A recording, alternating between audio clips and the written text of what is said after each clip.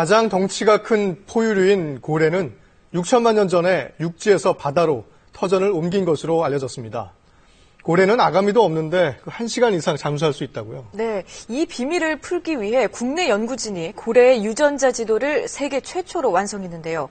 동물의 유전체 분석 과정과 그 의미를 정연욱, 박경호 기자가 차례로 전해드립니다.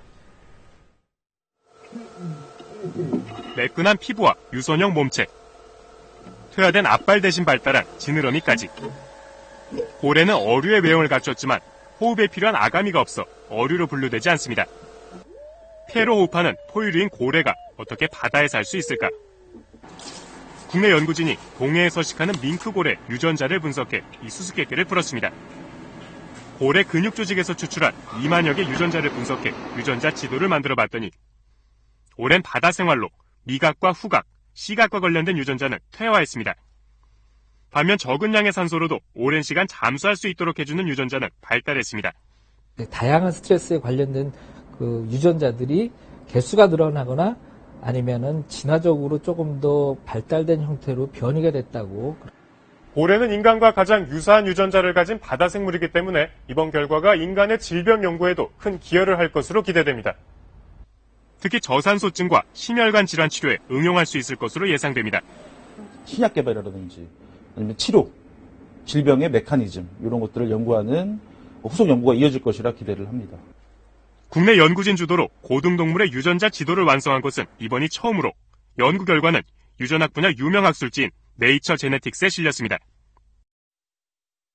미국의 유명 여배우 안젤리나 졸리입니다. 유전자 분석 결과 유방암과 관련된 BRCA 유전자의 이상이 발견돼 유방암이 발생할 가능성이 크다는 진단을 받고 유방을 절제해 화제가 됐는데요.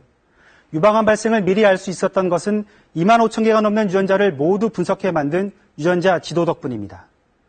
인간에 이어 지난 10년 동안 침팬지와 호랑이, 판다 등 고등동물 80여 종의 유전자 지도가 만들어졌습니다.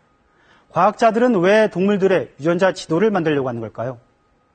동아프리카에 사는 두더지쥐입니다. 쥐과에 속하는데 평균 수명이 30년에 이르고 암도 걸리지 않습니다. 이 두더지쥐와 일반 쥐의 유전자를 비교 분석해보면 암을 정복할 수 있는 단서를 찾을 수 있습니다. 대표적인 애완동물 개는 340여 종, 고양이는 180여 종의 질병을 인간과 공유합니다. 개나 고양이의 유전자와 인간 유전자의 차이를 연구하면 많은 질병 치료제를 개발할 수 있을 것으로 과학자들은 기대하고 있습니다. 모든 생명체의 유전자 지도를 만드는 작업은 생명의 신비와 생로병사의 비밀을 푸는 열쇠가 될 것으로 보입니다. KBS 뉴스 박경호입니다.